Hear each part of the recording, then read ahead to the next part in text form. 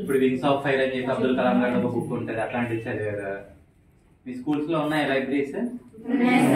అక్కడ చదువుతారా బుక్స్? మరి మళ్ళీ ఎవరు ఒక పేరు కూడా చెప్పట్లేదు. ఫేవరెట్ బుక్ ఏంటి అంటే పర్లేదు నేనేం అడగండి, దాంట్లో నుంచి దాన్ని లిస్ట్ ఏం అడగండి, చెప్పండి. పెద్ద బాగా.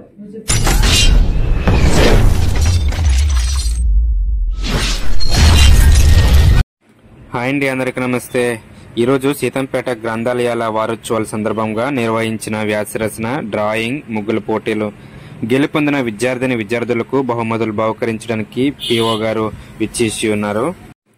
సిరిగిన సొక్కానే తొడుక్కో కానీ మంచి పుస్తకం కొనుక్కో అన్నారు కందుకూరి వీరేశలింగం గారు. గ్రంథాలయాలు సాధారణ మనిషిని అవి ఒక విజ్ఞానవంతునిగా తయారు చేస్తాయని గమనించాలి. నేడు ఆధునికంగా వచ్చిన డిజిటల్ లైబ్రరీలో మనం ఉంటూ ప్రపంచ మొత్తాన్ని చదవచ్చని గమనించాలి. అందుబాటులో ఉన్న ఇట్లాంటి గ్రంథాలయాలు స్టూడెంట్స్ మరియు కాంపిటేటివ్ ప్రిపేర్ అయ్యే వాళ్ళు వినియోగించుకుంటే చాలా మంచిదని ఇన్ఛార్జ్ లైబ్రరీ అధికారి ఈ సందర్భంగా తెలియజేశారండి. ఇక్కడైతే ప్రస్తుతము వ్యాసరచనలో అలాగే డ్రాయింగ్ లో గెలుపొందిన స్టూడెంట్స్ మాత్రమే వచ్చారండి. ఇప్పుడు గెలుపొందిన ఫస్ట్, సెకండ్, థర్డ్ ప్రైజ్లు ఇప్పుడు ఐటీడీ పిఓ గారు ప్రైజ్ డిస్ట్రిబ్యూట్ చేస్తా ఉన్నారు. పిఓ గారు అయితే నువ్వు ఫస్ట్ వచ్చింది కదా, ఏ బొమ్మ గీసావు అని అడిగారు. ఎట్లాంటి బొమ్మ గీసావు, నీకు ఫస్ట్ వచ్చిందని అడిగారు. ఇప్పుడు చూపిస్తా ఉన్నారు.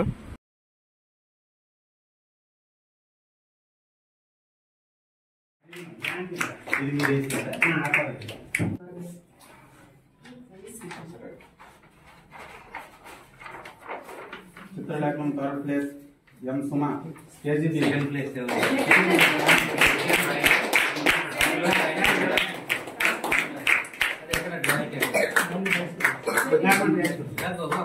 డ్రాయింగ్ ఏకేజీబీ ఏమో పక్కనే ఉన్నదేనా?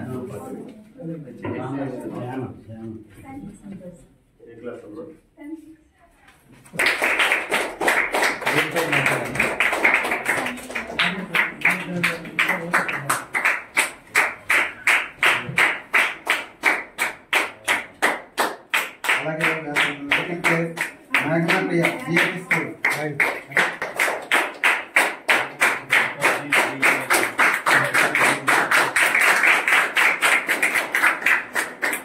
అలాగే థర్డ్ ప్లేస్ కి రోషిని.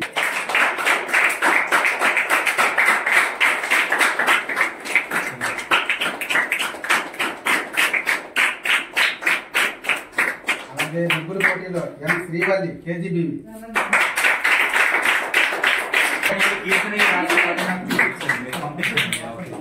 ఆఫీస్ కి పంపించండి వాట్సాప్ అని. ఏ ముగ్గు వేసారమ్మా? ఫోటో ఉందా? తీసారా?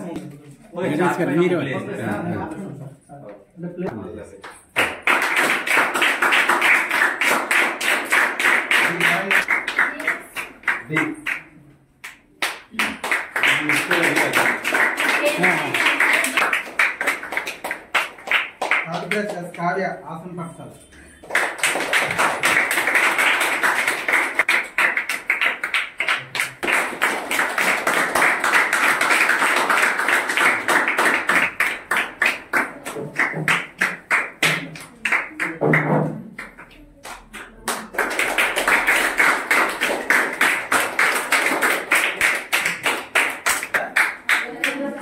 ఏంటి మీ ఫేవరెట్ బుక్ ఏంటి? మీరు చదివిన బుక్స్ లో బాగా నచ్చిన బుక్ ఏంటి?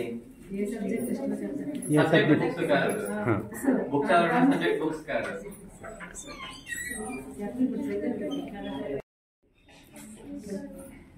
ఇప్పుడు వింగ్స్ ఆఫ్ ఫైర్ అని చెప్పి అబ్దుల్ కలాం గారి ఒక బుక్ ఉంటుంది, అట్లాంటివి చదివారా? మీ స్కూల్స్ లో ఉన్నాయి లైబ్రరీస్?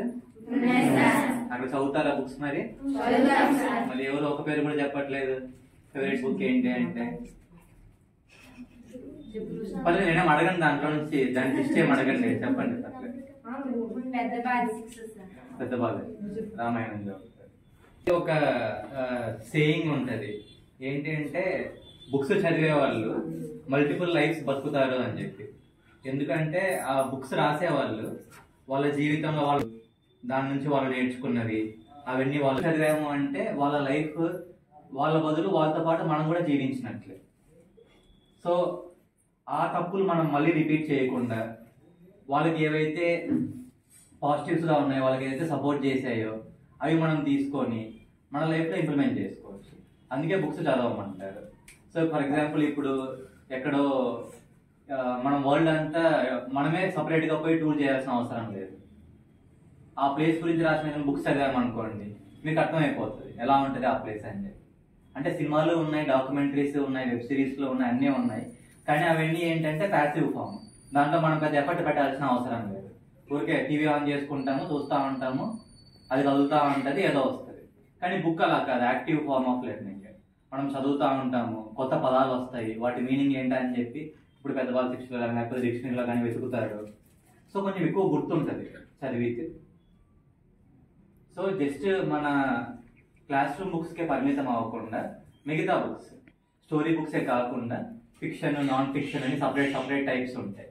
నేను అలవాటు అయిన తర్వాత ఏదో ఊరికే ఎవరికో చెప్పుకోవాలని లేకపోతే ఏదో నెంబర్ పెంచుకుంటా పోవాలని చదవడం కాకుండా ఒక బుక్ చదివిన తర్వాత దాని నుంచి మనం ఏం నేర్చుకుంటా ఉన్నాము, దాని నుంచి మన లైఫ్లో ఏం ఇంప్లిమెంట్ చేయొచ్చు, అది ఇంపార్టెంట్. ఓకే, ఇప్పుడు పెద్ద వాళ్ళందరూ ఎవరైతే ప్రధానమంత్రులు, రాష్ట్రపతులు అయ్యారో వాళ్ళందరూ కూడా చెప్పేది ఇది, బుక్స్ చదవండి అని. క్లాస్ రూమ్ బుక్స్ కాదు, మిగతావి. అవి చదివితేనే మనకి అవేర్నెస్ పెరుగుతుంది. ఫస్ట్ వరల్డ్లో ఏం జరుగుతూ ఉంది, చుట్టుపక్కల ఏం జరుగుతూ ఉంది, కొత్త సిచ్యువేషన్ వచ్చినప్పుడు దాన్ని ఎలా డీల్ చేయాలి, అవన్నీ బుక్స్ చదివితేనే తెలుస్తుంది. ఓకే, 10th క్లాస్ వెళ్ళే వాళ్ళు ఉన్నారు, అందరికీ ఆల్ ద బెస్ట్. మిగతా వాళ్ళకి కూడా all the best. Congratulations for winning.